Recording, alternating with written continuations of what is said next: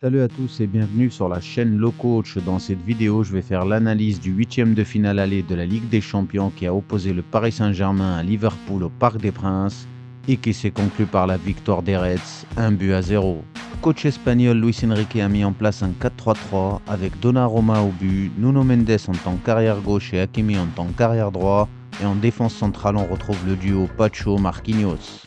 Au milieu, on retrouve un trio composé de Fabian Ruiz, Vitinha et Neves. Et en attaque, on retrouve un trio composé de Barcola sur l'aile droite, Dembélé en neuf et l'attaquant géorgien sur l'aile gauche, Kvaratskhelia. De son côté, le coach néerlandais a lui aussi mis en place un 4-3-3 avec Alisson Becker au but, Robertson en tant qu'arrière gauche, Konaté et Van Dijk en tant que défenseurs centraux et Trent Alexander-Arnold en tant qu'arrière droit. Au milieu, on retrouve un trio composé de McAllister, Gravenberch et Szoboszlai. Et en attaque sur l'aile droite, Mohamed Salah, sur l'aile gauche, Luis Diaz et en tant qu'attaquant de pointe, Diogo Jota. Lorsque le Paris Saint-Germain est en possession du ballon, on peut voir qu'ils ont une formation en 3-4-3, avec Hakimi et Nuno Mendes qui montent pour rejoindre la ligne des milieux aux côtés de Neves et Fabian Ruiz. Et de son côté, Vitinha descend pour rejoindre la ligne des défenseurs aux côtés de Marquinhos et Pacho et former une ligne à 3. Ce n'est pas la seule façon de lire la formation des Parisiens sur le terrain. On pourrait voir aussi cette formation comme un 3-2-5 avec Hakimi et Mendes qui rejoignent la ligne des attaquants aux côtés de Kvaratskhelia, de Dembélé et de Barcola. Et c'est en réalité ce qu'on verra tout au long de la rencontre, car ces deux joueurs, Hakimi et Mendes, ont pour rôle de jongler entre la ligne des milieux et la ligne des attaquants. Parfois, Nuno Mendes sera dans la défense à 3. Alors Neves rejoindra la ligne des attaquants pour toujours avoir 5 joueurs sur la ligne d'attaque du Paris Saint-Germain, ce qui permet de maintenir la pression sur la défense de l'adversaire. De leur côté, les Reds vont avoir une formation en 4-2-3-1 avec Diaz et Salah qui rejoignent la ligne des milieux aux côtés de Szoboszlai et Jota reste seul en attaque. Lorsque Liverpool essaye de réaliser un pressing sur la défense du Paris Saint-Germain, le Paris Saint-Germain n'a aucune difficulté à développer son jeu à partir de derrière. Car comme je l'ai expliqué dans la vidéo précédente, le pressing de Liverpool n'est pas agressif et n'est pas très dangereux. Lorsque Liverpool est en possession du ballon, ils ont énormément de mal à développer leur jeu, car les Parisiens effectuent un marquage individuel sur les 3 milieux des Reds. Comme vous le voyez sur cette action, Neves est sur McAllister, Fabian Ruiz est sur Gravenberch et Vitinha est sur Szoboszlai. Luis Enrique veut fermer totalement l'axe à Liverpool. Face à cette situation, les Reds n'ont qu'une seule solution, chercher à jouer long dans le dos de la défense des Parisiens pour trouver un ailier. Luis Diaz est lancé en profondeur mais il se retrouve rapidement enfermé et les Parisiens récupèrent le ballon. Et c'est ce qui va se passer tout au long de la rencontre pour les Reds. Impossible de développer leur jeu dans l'axe à cause du marquage individuel réalisé dans l'axe. En plus, ils subissent le pressing des attaquants parisiens. Alors ils vont chercher à jouer long pour contrer la ligne des milieux et le pressing des attaquants adverses. Mais ce n'est pas des dégagements de panique, au contraire, c'est pour miser sur des situations de duel en attaque. Comme vous le voyez sur cette action, c'est une situation de 4 contre 4 et le coach des Reds mise sur un duel gagné par un de ses attaquants pour prendre le dessus sur la défense parisienne. Mais le défenseur Pacho gagne son duel aérien et dégage le ballon. Ce type de situation va se produire à plusieurs reprises et les Parisiens vont remporter la majorité des duels. Et c'est pour cette raison que les Parisiens ont une possession abyssale tout au long de la rencontre. Pour comprendre comment les Parisiens ont réussi à remporter autant de duels, on va se concentrer sur cette action. Luis Enrique souhaite que son équipe ait un pressing important sur la défense de l'adversaire tout en ayant une défense compacte et solide. Lorsque Alisson fait la passe à Van Dijk, Hakimi quitte son poste pour aller presser Robertson, pour permettre à l'attaquant géorgien d'aller presser Van Dijk sans avoir peur que Robertson soit libre dans son dos. Mais Luis Diaz, qui est sur l'aile gauche, se retrouve totalement libre. Et c'est là où la coordination des Parisiens est très puissante. Marquinhos glisse immédiatement à la place d'Hakimi pour aller enfermer Luis Diaz le long de la ligne de touche. Le pressing des Parisiens est déclenché, Van Dijk va chercher à jouer lent pour essayer de trouver Luis Diaz, mais Marquinhos ferme bien l'espace libre et récupère le ballon. Cette action de permutation va se jouer à plusieurs reprises, comme sur cette action on va venir chercher lent pour essayer de trouver Luis Diaz sur l'aile gauche, et à nouveau Marquinhos vient enfermer le joueur des Reds et dégage le ballon. Lorsque les Reds essayent de jouer lent cette fois-ci pour passer sur l'aile droite en essayant de trouver Mohamed Salah, s'il réussit son contrôle et à orienter le jeu dans l'axe pour trouver un coéquipier, la passe est par la suite bloquée par les milieux de terrain parisiens qui sont suffisamment compacts et suffisamment dans l'espace libre pour bloquer les passes en profondeur. Par la suite, les Reds n'arriveront plus à trouver Mohamed Salah à cause de la puissance et de l'impact physique imposé par Nuno Mendes qui gagnera la totalité des duels contre la star égyptienne. De leur côté, les Parisiens, lorsqu'ils sont en possession du ballon, ils vont essayer de créer des permutations et du jeu en triangle sur les ailes pour déstabiliser le bloc défensif des Reds. Comme sur cette action avec l'entrée d'Hakimi dans l'axe qui va venir combiner avec Vara et Neves dans l'axe. La règle parisienne, c'est combinaison, mouvement, permutation. Et à nouveau, combinaison, mouvement et permutation. Voici une autre action où les Parisiens combinent à nouveau sur l'aile droite avec Dembélé, Gvara et Hakimi. Et après avoir attiré le bloc adverse sur l'aile droite, revient derrière pour changer rapidement de côté et trouver Barcola totalement seul sur l'aile gauche. L'objectif, mettre Barcola dans une situation de 1 contre 1 contre Trent Alexander-Arnold, celui qui est censé être le maillon faible de la défense des Reds. Barcola ne réussit pas à passer et le ballon est récupéré par Liverpool qui essaie de partir rapidement en contre en cherchant Salah sur l'aile droite. Et immédiatement après la perte de balle, les Parisiens effectuent un contre-pressing sur le porteur du ballon. Salah se retrouve enfermé par Vitinha et Mendes et il est obligé de jouer long pour essayer de trouver un de ses coéquipiers en profondeur, mais le ballon est récupéré par Pacho et la défense parisienne. Les Reds sont totalement étouffés, ils n'arrivent même pas à atteindre le milieu de terrain. La permutation des postes en attaque entre les Parisiens va dans tous les sens, ce qui rend le marquage très difficile pour l'adversaire. Comme sur cette action où on voit Gvara qui était censé être sur l'aile droite, les actions précédentes se retrouvent à présent sur l'aile gauche. De son côté, Barcola se retrouve dans l'axe et Dembélé sur l'aile droite. Le ballon se trouve sur l'aile gauche, on va revenir derrière pour changer rapidement de côté et trouver Dembélé sur l'aile droite. Et comme à son habitude, Dembélé adore les duels, il accélère et il efface Robertson avec un grand pont, puis par la suite il efface un autre Reds avec un second grand pont et il déborde sur l'aile droite. Neves qui est dans l'axe accélère pour rentrer dans la surface de réparation des Reds. Dembélé effectue un centre à ras de terre en retrait pour Neves qui reprend le ballon de son pied gauche, mais le frappe n'est pas cadré et passe au-dessus de la barre transversale. Encore une autre action où la permutation des attaquants parisiens va compliquer le marquage des Reds et donner une grosse occasion au Paris Saint-Germain. Sur cette action, Gvara qui était descendu proposer des solutions accélère à présent pour monter sur l'aile droite et de son côté le défenseur des Reds Konaté est aspiré dans l'axe par Neves, ce qui fait monter la ligne de défense de Liverpool très haut sur le terrain. Immédiatement Barcola revient rapidement et plonge dans le dos de Konaté pour recevoir un ballon lancé par Pacho dans le dos de la défense des Reds. Barcola est totalement seul à l'entrée de la surface de réparation de Liverpool, mais Konaté revient rapidement sur lui et effectue une légère poussade qui le déséquilibre et il tombe dans la surface de réparation. L'arbitre ne sifflera pas, c'était très chaud pour Liverpool. Encore une autre action, les Parisiens vont développer le jeu sur l'aile droite avec des combinaisons en triangle.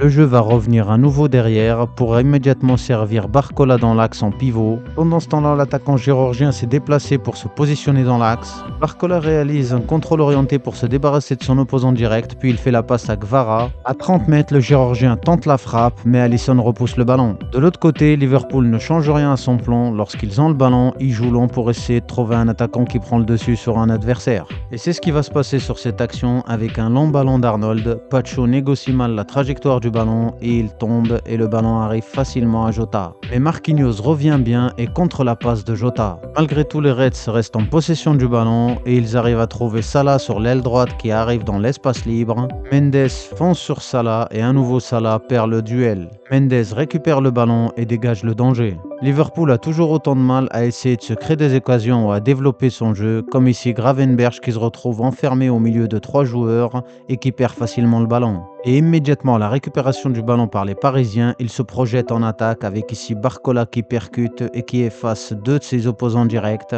Dembélé et Barcola permutent. La défense des Reds est totalement désorganisée, Van Dijk est dans le vent, Dembélé est totalement seul et il est servi par Barcola. C'est un face-à-face avec le gardien brésilien et à nouveau les Parisiens butent sur le mur Alisson. Encore une autre action où on va retrouver Gvara, le géorgien, sur l'aile gauche qui va être servi par un coéquipier et immédiatement il va venir percuter pour mettre la pression sur Trent Alexander-Arnold.